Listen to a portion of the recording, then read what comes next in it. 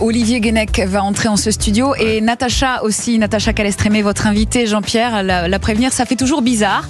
La première fois, Olivier Guénec nous fait découvrir les régions de France, Natacha, et aujourd'hui c'est la Corse. Bonjour à tous.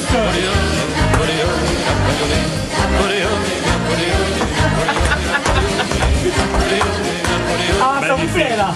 Là, ça vous plaît? Ah oui. Ah oui, regardez. Attention, s'il vous plaît. Posez votre plateau, s'il vous plaît. Parce que vous vous en servez comme d'une arme. Oh, qu'il est beau ce plateau. Du fromage corse, de la charcuterie. Là, ça vous plaît, hein? Des canistrelli. J'adore la Corse. Tout à fait, tout à fait. Vive la Corse!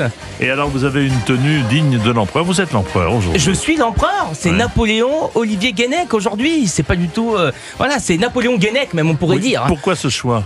Alors pourquoi ce choix? Tout simplement parce que Napoléon, c'est la Corse. Il est né à Ajaccio en 1769. Il est encore aujourd'hui l'une des fiertés de l'île. Aéroport, lycée et rue de Corse portent encore son nom, Jean-Pierre. Voilà. Ouais. Décrivez-nous la tenue de l'empereur j'ai que tout. vous avez. Là, je suis Napoléon. Regardez, j'ai la redingote verte, le pantalon blanc qu'on surnomme évidemment la culotte blanche. J'ai les bottes. Sur la tête, l'emblématique bicorne que tout le monde connaît. Il en aurait possédé plus de 100 au cours de sa vie. Et en décoration, vous la voyez, c'est une Légion d'honneur qu'il a lui-même fondée. Bien entendu. Tout à fait. Il voilà. a fondé la Légion d'honneur. Oui, c'est ça. Qui n'a plus la même valeur aujourd'hui qu'à l'époque de l'empereur.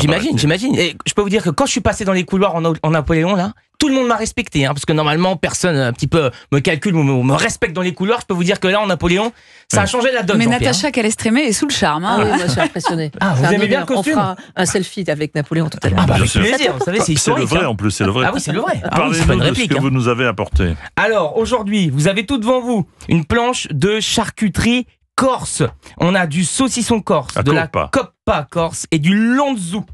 Ainsi que des fromages corses, évidemment, tome de brebis fumé aux herbes du maquis, tome de chèvre, fromage de brebis pâte molle affiné. On a également une olivade à l'ancienne et un sachet de canistrelli, vous l'avez dit, des sablés apéro. Comment? Non, Calestrémé, non, c'était la blague. Ah, pardonnez-moi. Non, mais vous savez pourquoi? Ouais. Parce que je me suis trompé parfois en fonction des régions, des infos que je donne, donc là j'ai stressé.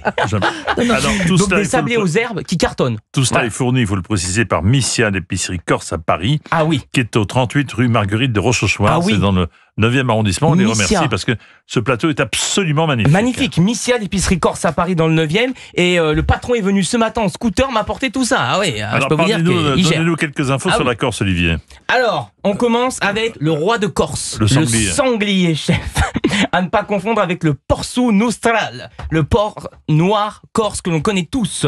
Là, on parle bien du sanglier sauvage surnommé Ousignal ou Porsu selvatico. Il vit dans le maquis et sa chasse traditionnelle se pratique souvent sous forme de battue. C'est une institution. Ce sanglier, on peut le retrouver dans bon nombre de spécialités, j'imagine. Ben oui, on a le civet de sanglier, le figatello, la terrine de sanglier, la saucisse sèche. Il y en a de partout.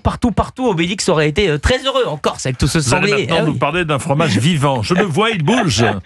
Alors, c'est le casgiu merzou. Est-ce que vous savez ce que c'est le casgiu merzou? Je le dis peut-être mal, pardonnez-moi. En fait, avec tout le respect que je dois à la Corse, c'est un fromage pourri, c'est eux-mêmes qui le disent. Voilà, ça veut dire au sens pourriture noble. Tout à fait, oui, voilà. Parce qu'il est en fait plein de larves vivantes. Alors je vous donne la recette, pour moi c'est cadeau, c'est petit plat en équilibre. Vous prenez un fromage type brochu ou fromage de brebis local. Vous le laissez s'ouvrir naturellement à l'air libre pendant des semaines. Voilà, il faut beaucoup de temps. Les mouches. Des mouches du fromage vont venir pondre dedans et les asticots vont digérer la pâte. Elle va devenir crémeuse, piquante et très odorante. C'est protéiné en plus, du coup, il y a la protéine. On mange les vers? Oui, bien sûr. Et des protéines. Voilà. Alors, comme à Koh-Lanta, on mange tout là. On peut l'acheter où ce fromage? On peut pas l'acheter justement, parce que il est interdit à la vente. Le casgiu merzou n'est consommé que artisanalement dans les villages, en famille pour les grandes occasions. Et j'espère que je pourrai en récupérer pour pourquoi pas un dîner de Saint-Valentin. Ça doit cartonner ça, Saint-Valentin. Le casgiu merzou. Embrasse-moi chérie, c'est ça. J'ai des doutes. Pour terminer, vous nous présentez quelques traditions corses. Voilà, on termine avec les traditions. On a l'abattage du cochon dit à Mazzadi ou Porsu. Il est pratiqué dans beaucoup de villages pendant l'hiver entre novembre et février. C'est un cochon issu de l'élevage familial ou local qui est abattu. C'est un rite de passage, de transmission. Toute la famille est présente. C'est comme un anniversaire. Sauf que là, c'est avec un cochon.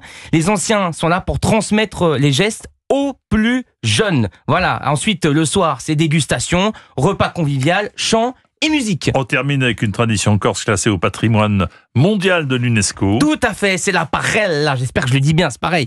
Un chant traditionnel corse interprété a cappella par 3 hommes, c'est-à-dire la polyphonie corse, ça s'appelle comme ça. On a 3 voix, a bassou, la voix grave, a seconda, la voix principale médium, et a terza, la voix aiguë. Ce chant, il est sacré et ancestral, il est interprété dans les églises, dans les veillées en Corse.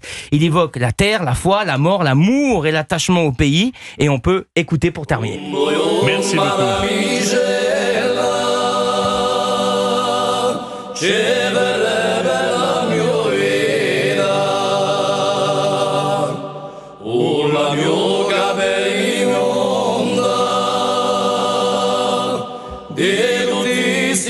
Vous me préférez en Napoléon ou en Olivier Guénec? Vous me préférez comment? Dans quelle tenue? Est-ce que là, par exemple, vous me respectez un peu plus, vous me prenez un peu plus au sérieux? Franchement, je vous respecte, mais vous étiez en bretonne, vous étiez pas mal aussi. Merci. Merci beaucoup. Où trouvez-vous vos costumes, Olivier? Ah, ça c'est un secret, attendez, secret de fabrication.